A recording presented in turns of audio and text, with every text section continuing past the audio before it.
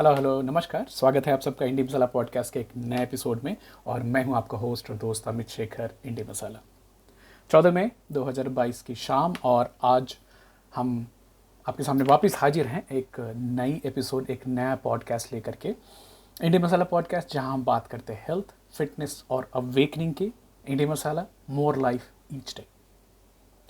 कुछ जो रेगुलर श्रोता हैं उनसे एक सजेशन आई थी कि एक जो बड़ी कॉमन सी प्रॉब्लम है, स्पेसिफिकली जो हमारी वेरी वेरी हेक्टिक, जल्दीबाजी वाली जो जीवन शैली है जो हम शहरों में जीते हैं, तो उसमें एसिडिटी, हार्ट बर्न जो है वो बहुत ज़्यादा बढ़ रही है। ब्लोटिंग, गैस होना, और अक्सर आप लोगों को देखेंगे, और ये सबसे ज़्यादा देखने को कहाँ मिलती है, एसिडिटी, हार्ट बर्न शादियों में, जहाँ बहुत ज़्यादा एक्टिविटी हो रही होती है, बहुत सारा खाना खाया जाना होता है, बहुत सारी फ्राइड चीज़ें खानी होती हैं।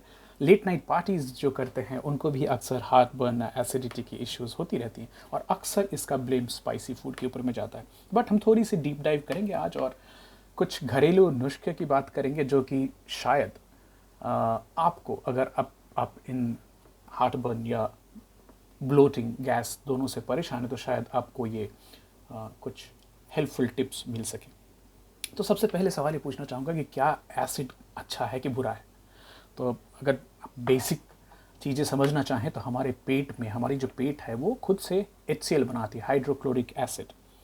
अब हाइड्रोक्लोरिक एसिड हमारे बॉडी में करती क्या है पेट में, भाई ज़रूरत क्या है उसकी। तो सबसे पहले तो ये बाहर से जो आने वाले डेंजरस, खतरनाक बैक्टीरियाज हैं, वायरसेस हैं, उनको ये मारने का काम करती है, माइक्रोब्स को मारने का काम करती है। तो खाने में जो चीज़ें, या फिर आपके पानी के साथ जो चीज़ें गई, गंदी चीज़ चली जाती है, तो उसको क्लीन करने का काम करता है। सेकेंड इज़, प्रोटीन के डाइजेशन में HCl बिल्कुल इंपॉर्टेंट है, क्योंकि एक एंजाइम होती है पेप्सिनोजन, उसको पेप्सिन में बदलने का काम तभी होता है जब हाइड्रोक्लोरिक एसिड अवेलेबल रहे। बहुत सारे इंट्रिंसिक फैक्टर हैं जिनके काम में उसका मदद होता है। साथ के साथ विटामिन B12 की एब्जॉर्प्शन में भी HCl का ज़रूरत पड़ती है, HCl की ज़रूरत पड़ती है। पर एक नाजुक सा बैलेंस होता है। तो आप ये सोच के देखिए कि अगर आप जो चिकन खाते हैं, मटन खाते हैं, वो आपके पेट में जाकर पचता है, और हाइड्रोक्लोरिक एसिड उसमें एक बहुत इंपॉर्टेंट रोल अदा करती है। बट ये कभी आपने सोचा कि वही उसी चीज़ से बनी हुई जो आपकी पेट है वो क्यों नहीं डाइजेस्ट हो जाती है।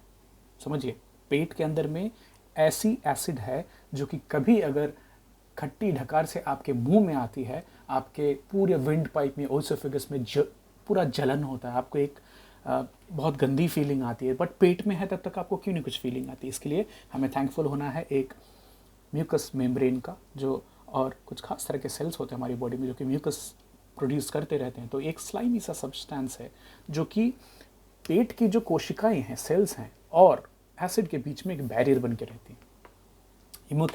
म्यूकस को मेंटेन रखने के लिए एक अच्छी गट माइक्रोबायोम, आपके पेट में अच्छा संतुलन बैक्टीरिया, वायरसेस का होना बहुत बहुत इंपॉर्टेंट है। तो मैं रिक्वेस्ट करूंगा आपको, अगर आप म्यूकस के बारे में ज़्यादा जानना चाहते हो तो मेरे गट हेल्थ वाले कई सारे एपिसोड्स हैं, उनमें से उसको वापस सुने। आपको बहुत सारी गट फ्रेंडली फूड की बात मिलेगी, जिससे आपकी बॉडी में म्यूकस का सिक्रेशन चलता रहे, और कभी भी ये पेप्टिक अल्सर वाली स्टेटस ना आ जाए, स्थिति ना आ जाए। पेप्टिक अल्सर कब होती है? जब म्यूकस लाइनिंग में कहीं ब्रीच होती है, कहीं टूट जाती है, और आपके पेट का एसिड आपके पेट को ही जलाने लगता है, बचाने की कोशिश करने लगता है, और तभी वहाँ पे घाव बन जाती है।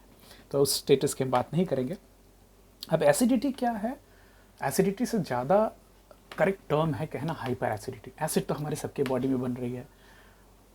एक स्टेटस, एक क्षण आता है, एक लाइफ में एक टाइम आता है जहाँ पे आपकी बॉडी में एसिडिटी के जो लेवल है, एसिड के लेवल बढ़ गए, हाइपर हो गई, ज़्यादा हो गई, और आपको तकलीफ़ होने लगती है। तकलीफ़ में आपको क्या? एसिड रिफ्लक्स होना, जिसको गैस्ट्रो इसोफेजियल रिफ्लक्स डिसीजेस बोला जाता है, कि खट्टी ढकारें बार बार मुंह में आना। और खट्टी ढकार जो है, जो एसिड रिफ्लक्स है, उसके केसेस, उसके रिस्क कब बढ़ते हैं? जब भी आप ओवरवेट हो, आप प्रेगनेंसी में हो, आप ओवर ईटिंग करते हैं, आप बहुत टाइट कपड़े पहनते, तो भी ये हो सकता है। एजिंग भी एक बहुत बड़ा फैक्टर है। तो जैसे जैसे आपकी उम्र बढ़ती है, जो लोअर इसोफेजियल स्फिंक्टर है, जो कि पेट और विंड पाइप के बीच में है, जो कि जो हमारा खाना जो है वो तो जो ईसोफेगस से जाता है, तो ईसोफेगस और पेट के बीच में वो जो एक ऐसी वॉल्व है जो कि वन वे खुलती है, उसका काम है खुलना कि खाना नीचे चला जाए, फिर वो बंद हो जाती है। कभी खुलती है जब भी आपको शरीर के अंदर में कुछ टॉक्सिक है, कुछ विषैली चीज़ है जिसको वो बॉडी निकालना चाहती है, तो फिर वो खुलती है और वॉमिट होता है। तो नॉर्मली वो बंद रहनी चाहिए। तो इसकी जो टोनैलिटी है, जैसे आप यंग हैं तो अच्छी रहती है, जैसे जैसे उम्र बढ़ती है उसकी टोनैलिटी भी कम होती है। तो एक बढ़ती उम्र में भी जो गैस्ट्रोइसोफेजियल रिफ्लक्स डिसऑर्डर्स हैं वो देखे जा सकते हैं। अभी बैलेंस करना बहुत इंपॉर्टेंट है between the alkaline foods and the acidic foods. तो मैं पहले एल्कलाइन फूड्स की बात करने वाला हूँ, कुछ एग्जांपल्स आपको देता हूँ। एल्कलाइन मतलब क्षार जो, और एसिड मतलब अम्ल। तो क्षार और अम्ल का जो बैलेंस है दैट्स हमारी बॉडी वैसे एक एल्कलाइन मीडियम है ऐसा बोला जाता है, इस पर बहुत विवाद भी चलते हैं, और वो फाइन बैलेंस लेके चलना। तो एसिडिक स्टेट में बॉडी गई मतलब you are more prone to diseases ऐसा बोलते हैं। एल्कलाइन फूड में नंबर 1 पे आता है कैबेज है, ब्रोकली है, क्यूकम्बर है जो अपना खीरा है, avocado, spinach, palak, kale, beets, onion, tomato, garlic, carrot, almond, coconut, anar, olives, chickpeas, moong, soya, ये सब एल्कलाइन हो गए। एसिडिक क्या है? जो भी मीट रिलेटेड प्रोडक्ट्स हैं, जैसे रेड मीट है, चिकन है, टर्की है, डक है, एग्स, डेयरी रिलेटेड चाहे दूध हो कि चीज़ हो, oils, butter, cashews, peanuts, white rice, honey, jams, mustard, tea, coffee, alcohol, sweet, fruit juices, and any food which has preservative in it is considered acidic food. तो ये जो है दोनों का बैलेंस लेके चल। If you eat a lot of, अगर आप पहले से हाइपर एसिडिटी के शिकार हैं और बहुत सारा आप एल्कलाइन फूड खाते हैं, तो उस एल्कलाइन फूड को पचाने के लिए, बैलेंस करने के लिए बॉडी में और ज़्यादा एसिड बनेगी। So balance between alkaline and acidic food is important. एक और डिफरेंस मैं चाहता हूँ कि आप समझें। अगर आप हार्ट बर्न से परेशान होते हो तो इज़ इट हार्ट बर्न और इज़ इट इंडाइजेशन? तो कुछ लक्षण बताऊंगा जिससे आप इसको डिफ्रेंशिएट करके देख पाएंगे। हार्ट बर्न आपके चेस्ट में बर्निंग होती है ऊपर, तो ये हार्ट बर्न है। अगर अपर एब्डोमेन में अगर बर्निंग सेंसेशन है पेट के ऊपर ऊपरी हिस्से में, तो इंडाइजेशन हो सकती है, मतलब अपच की शिकायत है आपको। चेस्ट पेन होना हार्ट बर्न का चांस है। एब्डोमिनल पेट में दर्द होना इंडाइजेशन का साइन है। ब्लोटिंग होना मतलब पेट फूला हुआ महसूस होना, डकार आना, वो इंडाइजेशन की शिकायत है। मुंह में खट्टी वो जो रिफ्लक्स आना, that is a heart burn issue. Reflux होना हार्ट बर्न है। बेल्चिंग होना, एक्सेसिव बेल्चिंग होना, एक्चुअली बार बार डकार आना, ये इंडाइजेशन की निशानी है।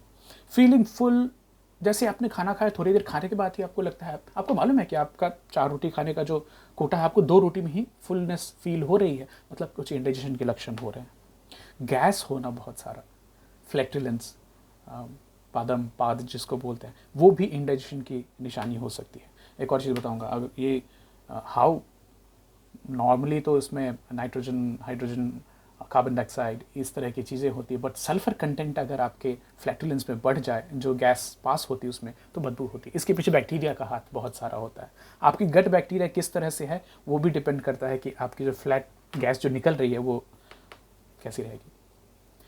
पेनफुल स्वॉलोइंग होना, अगर आपको खाने में और बार बार अक्सर गले में तकलीफ होती रहती है, रिफ्लक्स के चांसेस और हार्ट बर्न के चांसेस हो सकते हैं। रिफ्लक्स के रिस्क कैसे बढ़ते हैं, हार्ट बर्न के रिस्क कैसे बढ़ते हैं आपको? तो अगर आप ओवरवेट हैं, वापस रिपीट करूँगा, ओबीस हैं, प्रेग्नेंट हैं, या फिर बहुत ज़्यादा स्मोकिंग करते हो तो भी चांसेस बढ़ जाते हैं। ट्रिगर्स क्या हैं हार्ट बर्न के? फैटी फूड्स ट्रिगर है, alcohol, coffee, chocolate, fried foods, spices, बहुत सारे मसाले, टोमेटोज, अनियंस, गार्लिक, मिंट और सिट्रस फ्रूट।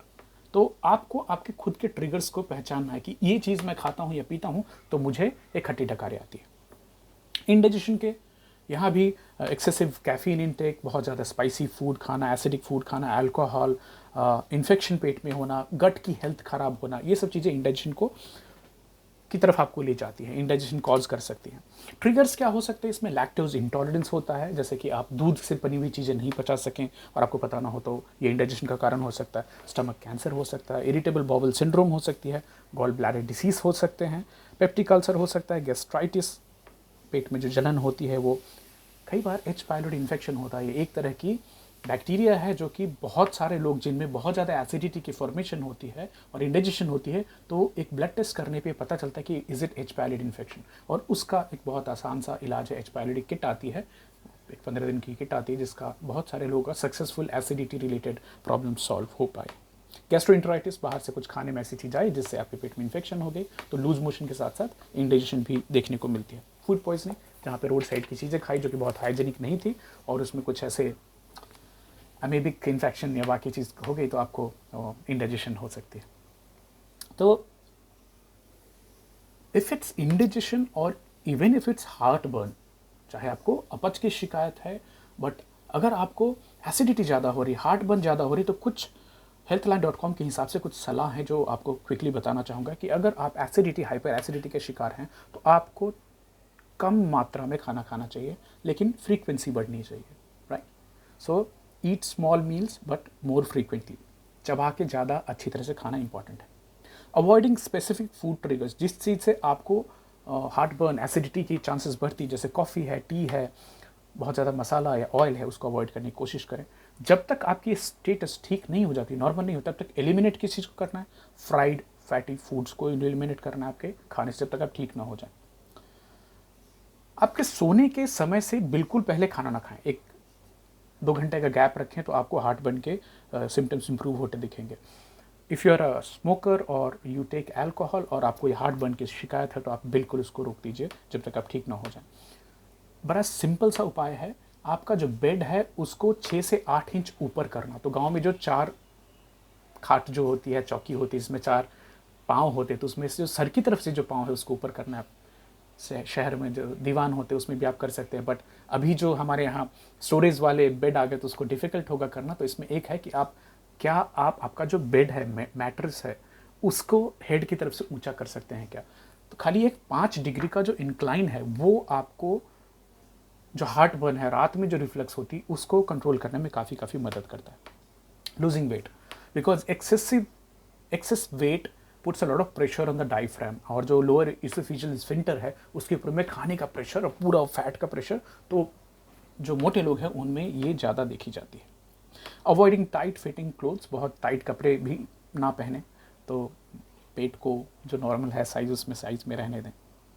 तो ये सब जो चीज़ें करने के बाद भी अगर आपको 2 वीक के अंदर में अगर हार्ट बर्न चल ही रही है, इंडाइजेशन चल ही रहे, you definitely should see a doctor, because कुछ और कारण भी हो सकते हैं, तो लेट द डॉक्टर डायग्नोज। बाकी जो क्विकली होम रेमेडीज़ हैं आयुर्वेद में, हमारे घर में, हमारे कल्चर्स में चलती आ रही हैं, तो उसके बारे में बात करता हूँ। बट आयुर्वेद में अक्सर डॉक्टर्स बोलते हैं कि आजकल जो हार्ट बर्न हो रही है, लोगों को एसिडिटी हो रही है, इंडाइजेशन हो रही है, उसके पीछे 3 फैक्टर हैं, हरी, वरी एंड करी। हरी, हर चीज़ के लिए जल्दी है, बहुत ज़्यादा चिंता करते हैं और बहुत ज़्यादा स्पाइसी चीज़ें खाते हैं। स्ट्रेस बहुत इंपॉर्टेंट फैक्टर है। रेमेडीज़ में तुलसी सबसे पहले आता है। 4 से 5 पत्ते सुबह में और शाम को चबा लेने हैं, या फिर आप तुलसी चाय पी सकते हैं।